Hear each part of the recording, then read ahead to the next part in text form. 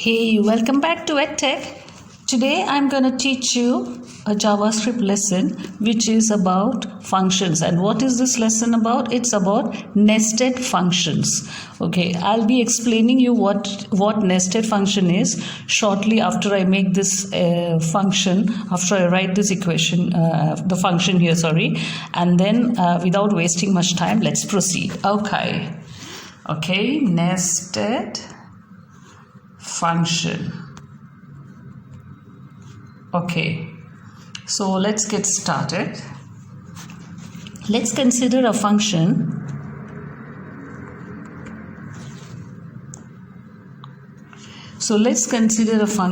A, with the parameter small a.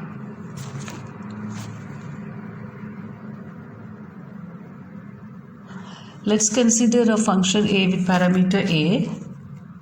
Okay, now here when you say nested means this another function within the main function. So I have one more function inside this, which is function, I call it function b with a parameter of small b, and then let's make the curly brackets here. Okay, then I have one more function inside this, which is function c with parameter small c.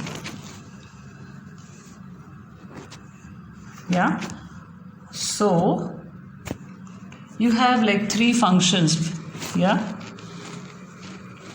So for function a, as you can see, with the parameter of a, you have function b inside. So function b is closing it, as you can see. So function b is the closure. Then in this case, in this scenario, function b can access the arguments and parameters and variables of function a because it's within the function a. Then function c can access the parameter of function b. Since function b can access the parameter of function a and c can access the parameter of b, argument and parameter of b, so c can access the parameter, arguments and variables of both a and b as well. So this is what is this called? This is called chaining scope.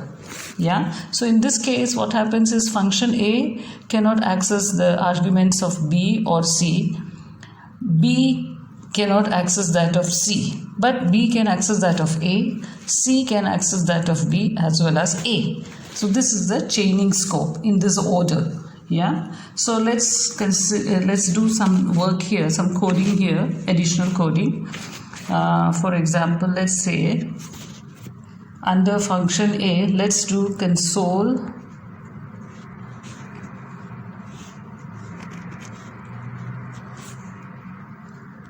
So let's do console log under the function a result.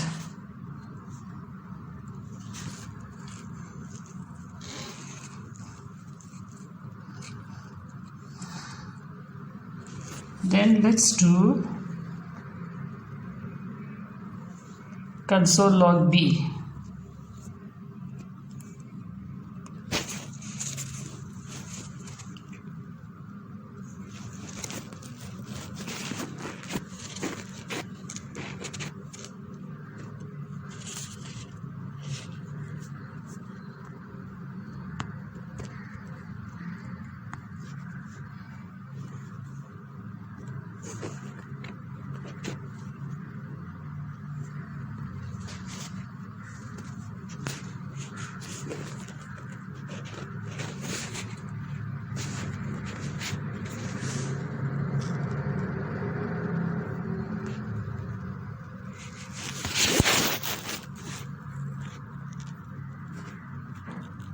Okay, let this be a plus b.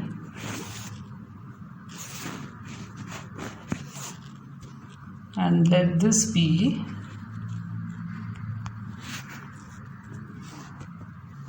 console log a plus b plus c. So before we go ahead and prove this, we have to give some values, right?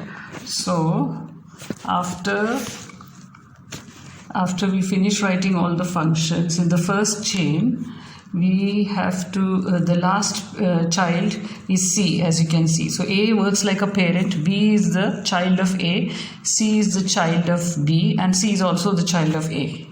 So the child has more power over accessing, as you can see, as I've already explained. So let's consider the last child, which is C, yeah, with a parameter. You have to give it a value to calculate, right? 5. Then the next child was B with a parameter of 7. Otherwise, how to calculate the values, right? Okay. And then parent will come parent will come last, which is A with a parameter of, let's say, 2. So with these values in mind, with these parameters in mind, we have to calculate the console log. Let's check out the result. Okay, let's do it one by one. Let's remove this first, because I want to show you turn by turn. Let's remove this. Okay, now let's check out. B is not exactly, that's why I did it purposely. See, what I explained just now, the parent A has no access to the arguments of or parameter or variable of the child B. That's why when you do console.log for B, it says B is not defined. Whereas if I do A, you see what happens?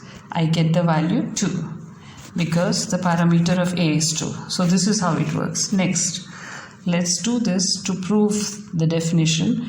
Console log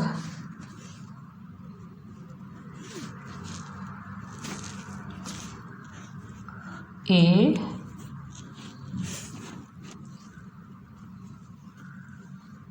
there you go, it can access values 2. What if I do A plus B? Because it can access both its own value plus the parent. There you go. 9. How? Because A is 2, B is 7. So total will be 9. So B as a child can access the parameter and variable of A and B both. Let's consider C now. But if I write plus C, C is not defined. Why? Because it cannot access the child value. So there you go, I remove it again. So now it's okay. Yeah? Okay.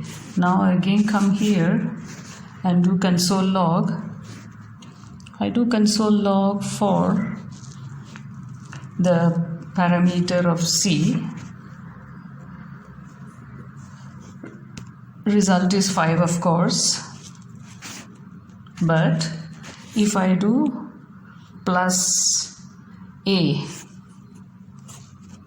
result is 7 because it can access A as well, remember? So 2 plus 5, A parameter 2, C 5, so total 7.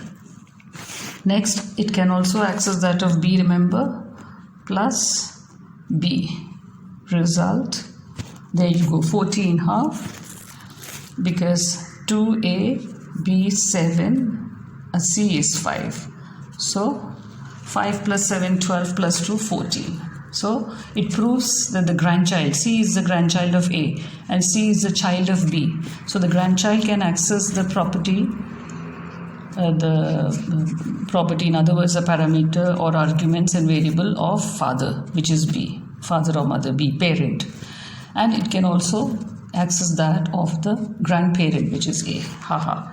So this is the meaning of chaining of scope. So this is proved already. I hope it's simple and clear. Then I just give one more simple example in which you have also this kind of inner and outer function with a different kind of scope. This was a chaining scope. Next one I'll show you the variable scope and I'll explain. Okay, so I think I must remove this because what happens is since I'm doing it on Android phone, sometimes you may not be able to see the console log. So pardon me for wasting your time, but I need to remove this. Okay, but you will find it in the source code, so not to worry about it. Okay, now we do the variable scope. So let's consider a variable. You've already heard of global scope, right? So any variable which is outside the function is called a global scope, global variable. So global, so variable, let's say global equals 0. So this is a global variable which is global value outside the function. Or let's like 10. Let's consider it as 10. Then I consider, so this is a global variable. Then I consider the function parent. We call it parent.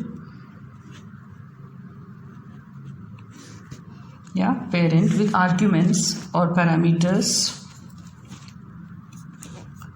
A, B, or let's call it like different names, X, Y, easier. Yeah, X, Y. So these are the values of the parents, parameter values of the parents, and then your curly brackets, right? Then inside that, what do I need? I need to write a variable again, a code block. So I write a variable A equals, let's say 2.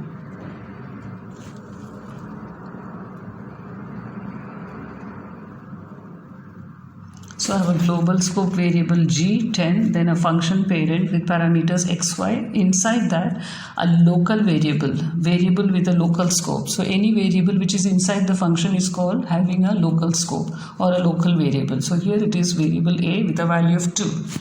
Yeah. Okay. So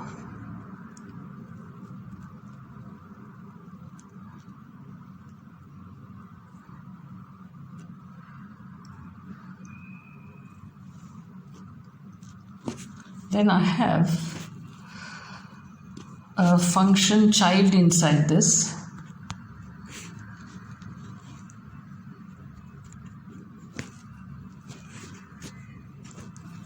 Yeah, this doesn't have any parameters, and then a curly bracket. Yeah, now here this I have another local scope.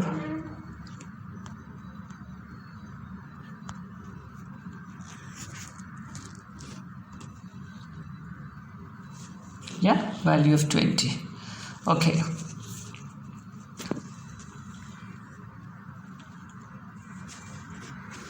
Now I come out of this loop. I call the child. You have to call the child first, remember. Come out of here. I call the parent. And the parent I will call, let's say with the 2 parameters, maybe 2, 4. Yeah, okay.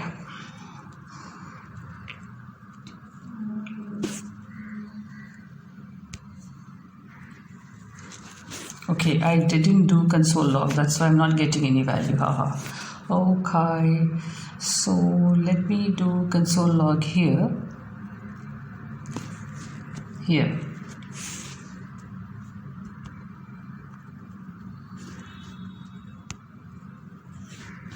Console log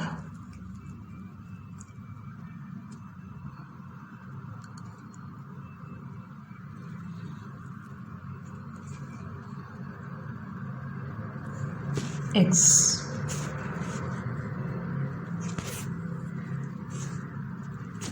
I'm getting the value of 2. Why? Because parent value is given. If you see here, argument first one, parent argument is xy, and below I have called parent, I've dedicated the value of xy as 2, 4. So when I console log for x, I will get 2. Okay. Now I will console log for y. Result, I get 4. Why? Because here the parent dedicated values for, and in the parameters xy is 2 and 4. So I got this value accordingly. Okay. Now What should I do? I do console.log value of the global. I want to call the global scope variable now. Okay.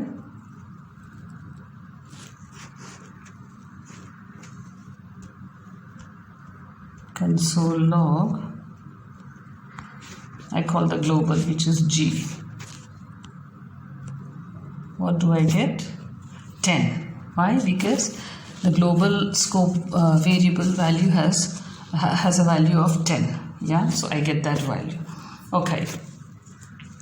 So what is this? What am I trying to say here is, as you can see, inside the parent you have a child, and as you can see, the child has access, like inside the function child. If you see, I've been doing console log and calling the variables of the parent. X and Y are the variables of the parent, and I am able to get the values.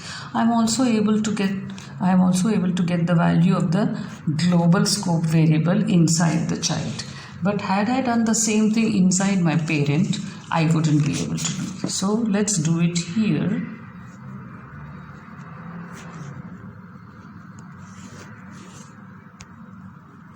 Console log, let's say B.